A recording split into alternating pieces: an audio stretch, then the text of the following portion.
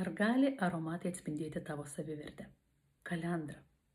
Aromapsichologija siejama su vertės pajautimu, vidiniu tikrumu ir drąsa būti savimi. Tai vienas iš tų aromatų, kuris labai švelniai, bet labai giliai pakelia vidinius blokus ir susijusius su tuo, kaip žmogus save mato.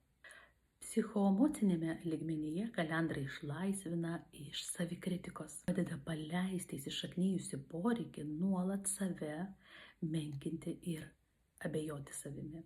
Ir atstato ryšį su tavo vidinė verte. Dėmesys į save, į savo vidų, į savo unikalumą. Tai tiems, kurie nuolat lygina save su kitais ir jaučia menkesnę savivertę ir viduje gyvena jausmas, kad kiti tai geresni už tave. Tai kalendros aromatas sugrįžimas į save, aiškus pajautimas savo vertės.